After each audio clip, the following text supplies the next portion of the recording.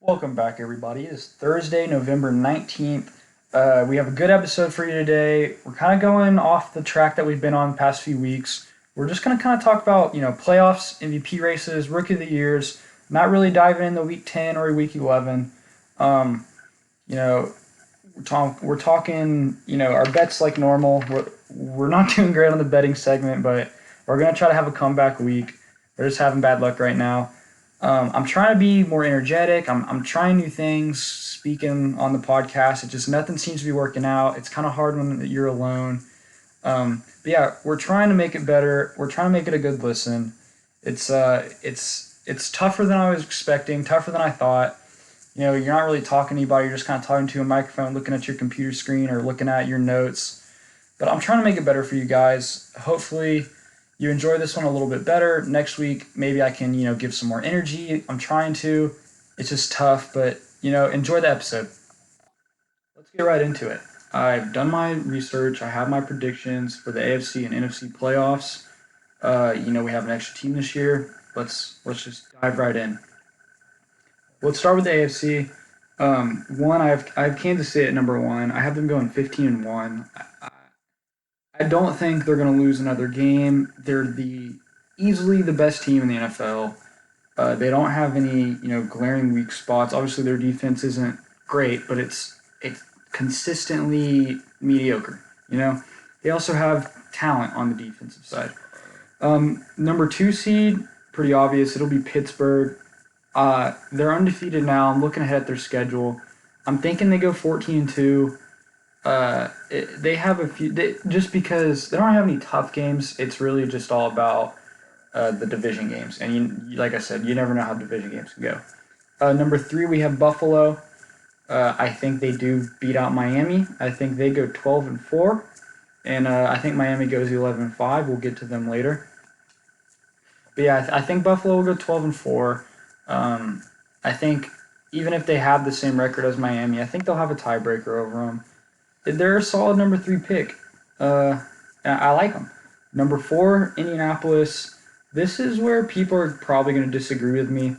And I probably would have said this before they destroyed Tennessee, but I think Indianapolis is starting to figure out how to play their game of football.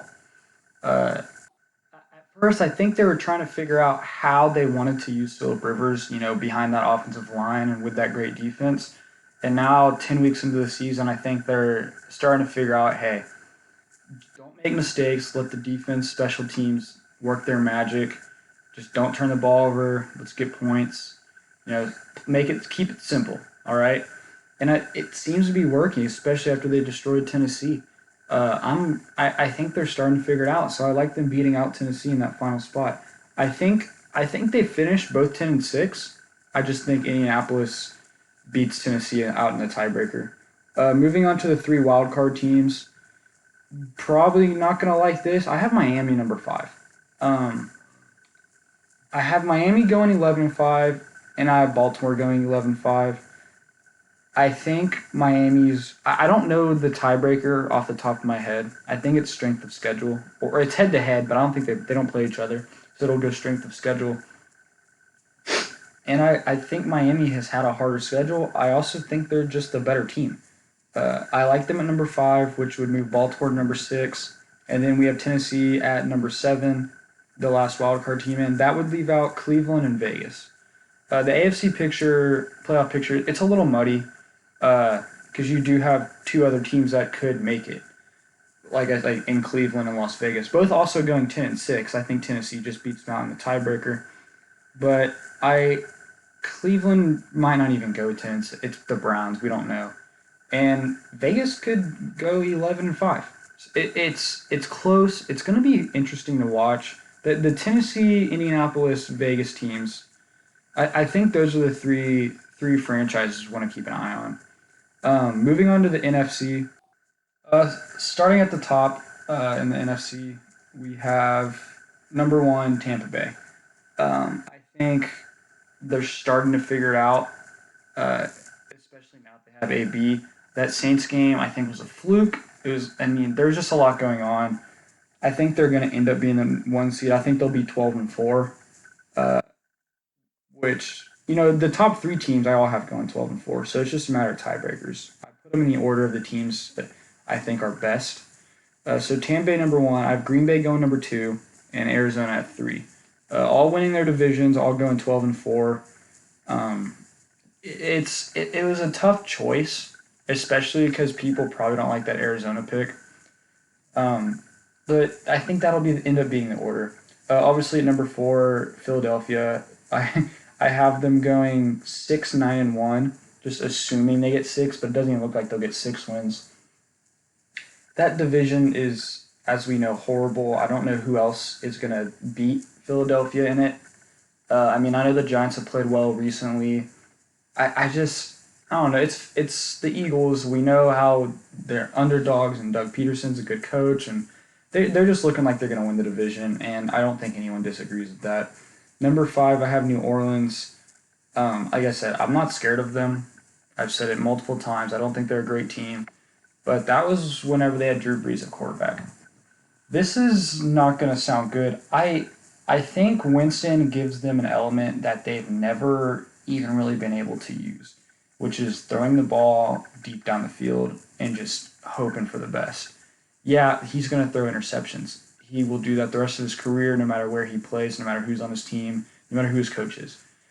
But the fact that, because with Drew Brees, it was a screen, it was a run, it was a slant. There was you knew what was coming, and it kind of worked still just because Drew Brees could read the holes in the defense, but it was also predictable. With Jameis, you have a different kind of offense. And assuming they don't put Taysom Hill in as much as they probably will, I think Jameis is really the guy.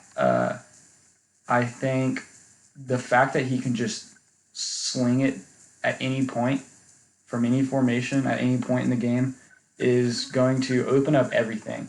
And I think it's going to allow Emmanuel Sanders to become more relevant.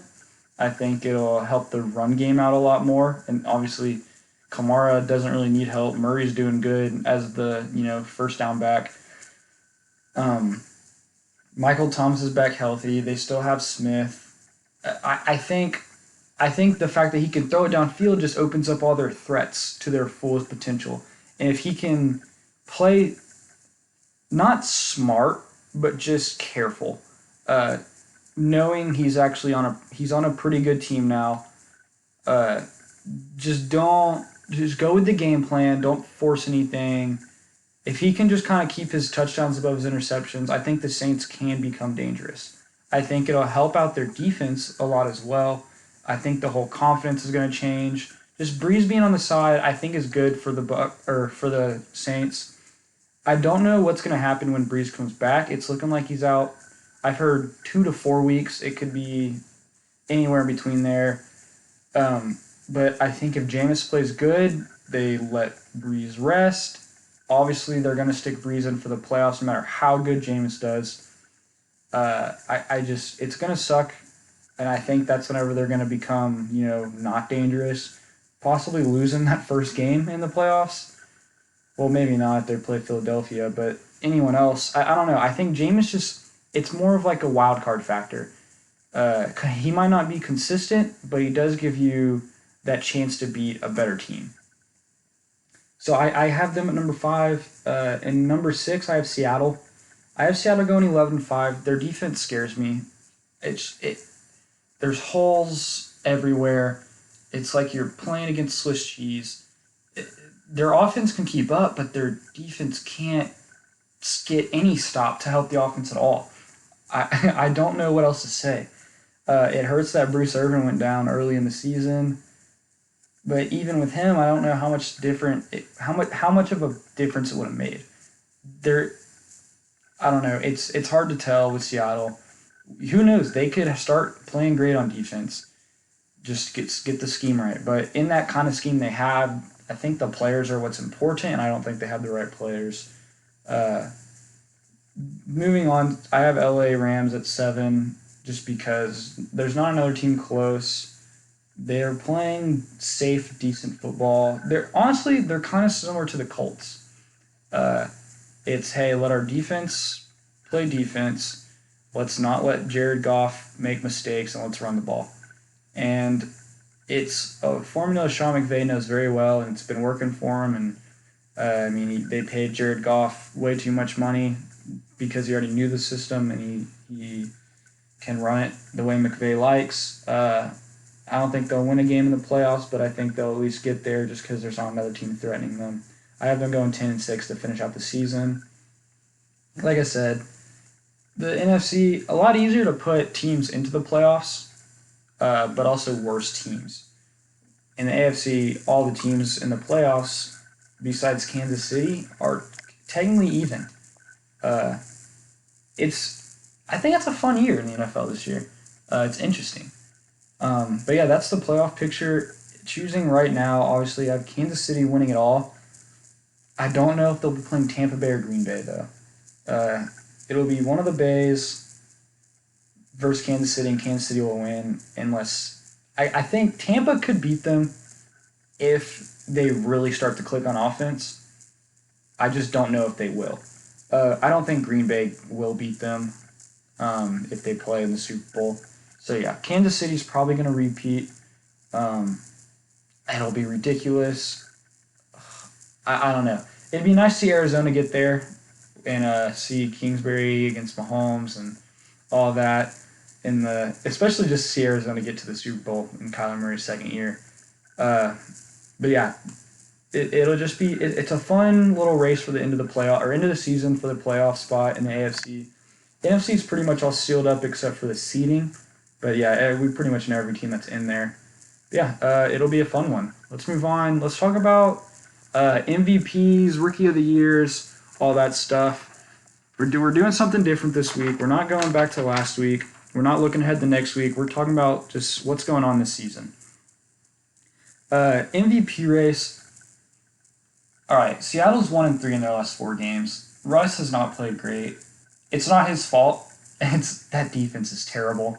He doesn't have much help. I mean, I don't know. It's not his fault, but obviously he's going to drop in rankings. The problem I have with the MVP race is that MVP is the most valuable player, but it doesn't always go to the most valuable player. Y'all are not going to like this. I have Russell Wilson number 1, Kyler Murray number 2, Patrick Mahomes number 3, Aaron Rodgers number 4, and Josh Allen number 5. It's not the talent I'm putting in there, and it's not the stats. I don't like stats. And if I'm being honest, that's not who I think is going to win. I think Mahomes will win. I think that's who the voters are going to put in the number 1 spot. But if we're talking about the most valuable player to their team, it's Russell Wilson, no doubt. Put any other not any other quarterback. Put another quarterback in that system, or on that team, on that roster. He's not doing what Russ is doing. They're not winning the same amount of games. It's ridiculous how much he means to that team. He is their most valuable player by far. He means more to Seattle than any other player means to their team. Similar thing with Kyler Murray. I don't think Arizona is this good with another quarterback leading the way. I think Murray means a lot to that team, and the way he can move with his legs, I think he is right behind Russell Wilson with why Arizona is good. He's special to that team, and you put another player in there, and it's just they're not getting the same results. Number 3, obviously Patrick Mahomes. This one was tough. It was between him and Aaron Rodgers. Obviously, Mahomes is the greatest quarterback in the league. But I think his scheme helps him out a lot with like stats and stuff. I mean, you can put another quarterback into Kansas City and get similar results, but you can't do that on Arizona or Seattle. That's why I have Mahomes at number 3. And then when I'm moving on to number 4, when I'm moving on to Aaron Rodgers at number 4, it's a similar situation. I do think Rodgers is valuable to that team. But I think, other quarterbacks could probably get similar results. Not as much as Mahomes. But I have Mahomes at number 3 just because I think he's a better talent. And then at number 5, so I think Josh Allen means more to his team than Mahomes or Rodgers, but the talent is just so far lower that he is a number. He'll slot in number 5.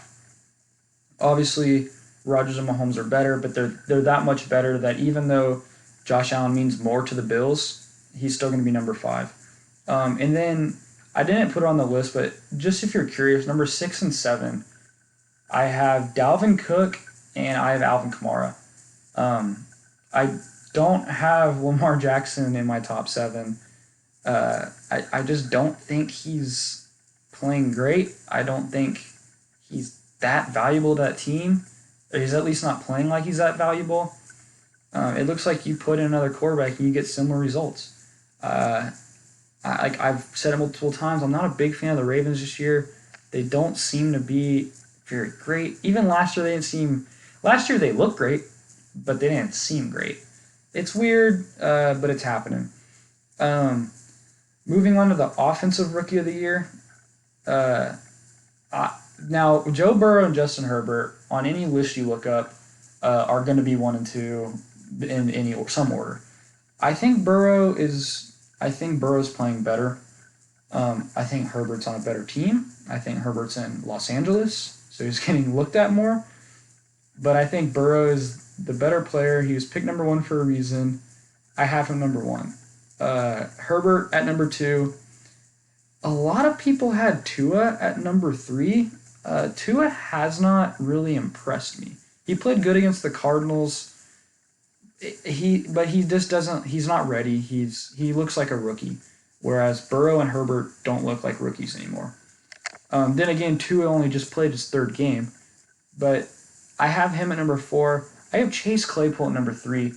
I'm going at this kind of like an MVP way. I think Claypool means a lot to the Steelers team. I think he's a big part of why that offense is starting to thrive. Obviously, Juju is a great wide receiver. They have a great quarterback in Big Ben. They have a good run game in Connor. They have a good O-line. But Chase Claypool just adds another dimension. He's a speed guy. He can run across the field. You'll lose track of him. I think he makes the defenses think about another option, which opens it all up for everyone else. And then whenever they're thinking about Juju, Claypool is open. So I think he's more important to the Steelers' success than Tua is to the Dolphins. Then number 5, kind of easy, also not really close to the top 4, but it's Justin Jefferson. He's playing great, and especially with Kirk Cousins, it's hard to look great and stand out. But Justin Jefferson's playing great. If Minnesota had another quarterback, he might be higher up on this list. But I like him. I loved him coming out of LSU. I think he was the 4th receiver picked, and he's looking like he should have went number 1. So that's the offensive rookie of the year. Moving on to defense, I only put 3 guys on this list because I only think there's 3 guys that can even win it. That would be Patrick Queen, Antoine Winfield Jr., and Chase Young. Patrick Queen's number 1 on my list. He is just playing crazy middle linebacker for Baltimore right now, especially being a rookie and having to kind of run that defense. He's playing outstanding. He's just got everything you want in a middle linebacker, physically, and even mentally or psychologically, he's playing at a high level.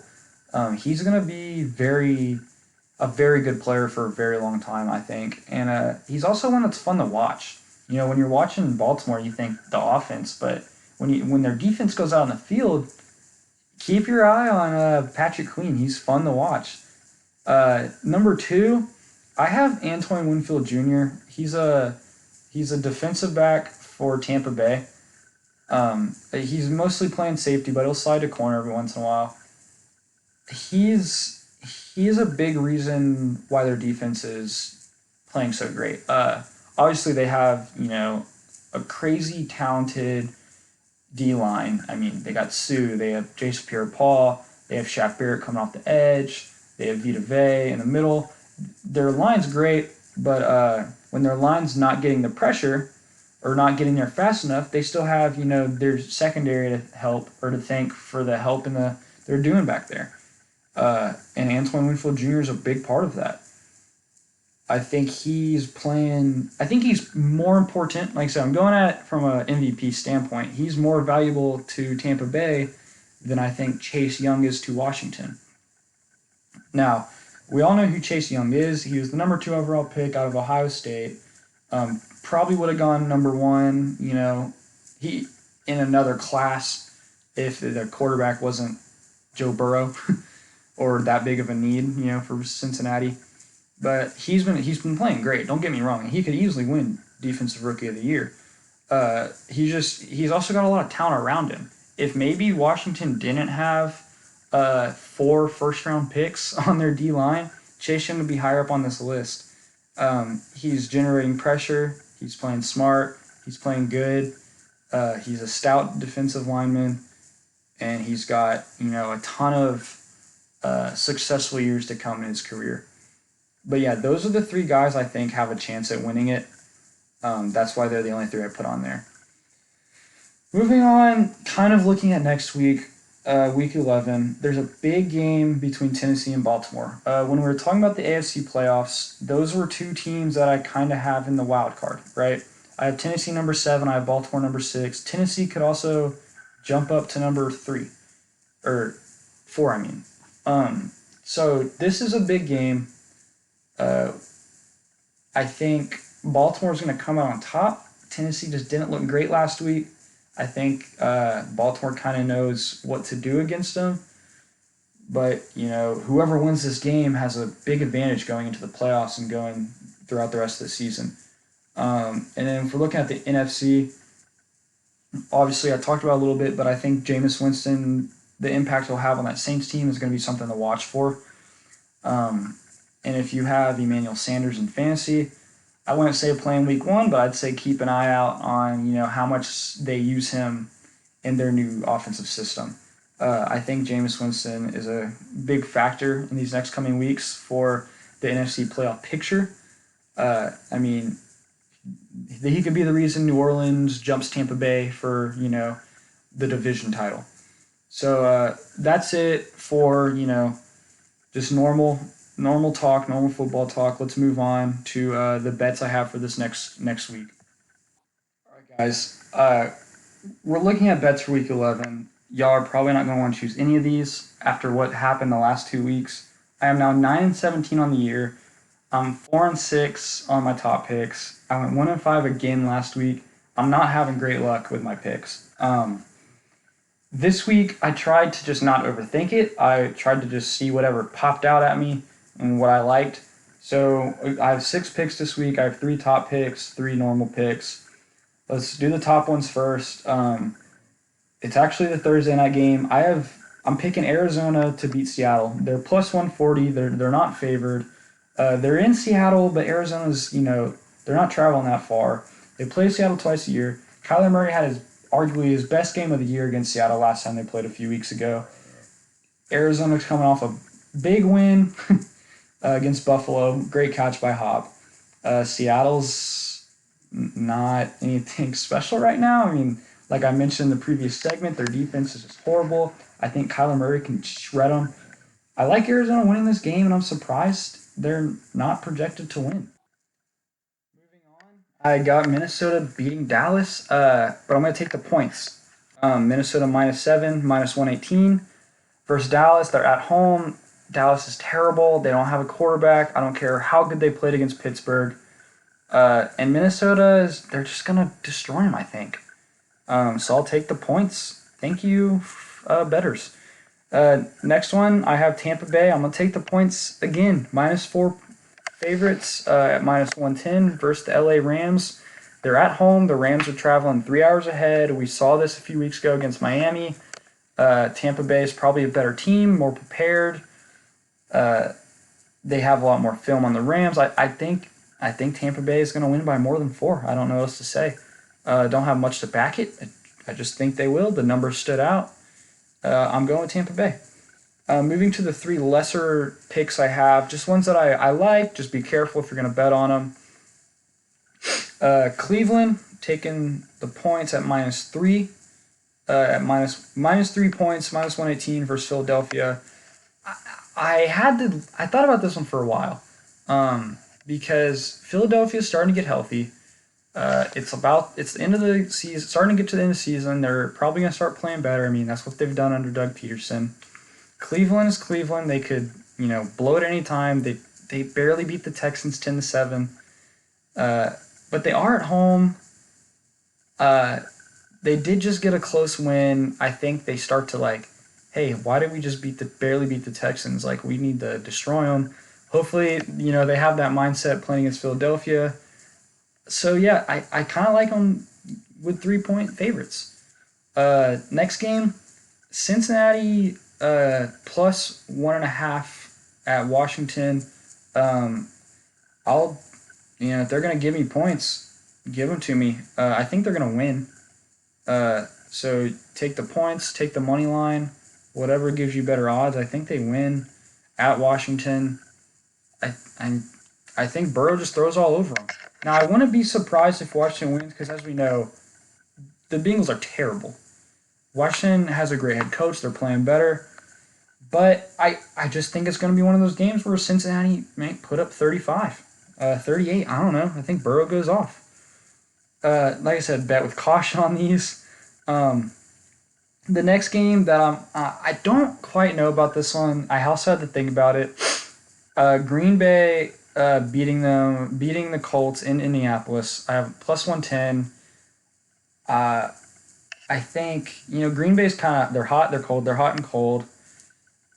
Also, I know Indianapolis just came off a big win last Thursday against Tennessee, so they've had more rest. But Green Bay is just an elite team. Aaron Rodgers is an elite quarterback. I think they're going to go into Indy, and I think they win a close one. So yeah, I'll take Green Bay plus 110. Those are the bets this week. Hopefully we can go 4-2. Start getting us back close to 500.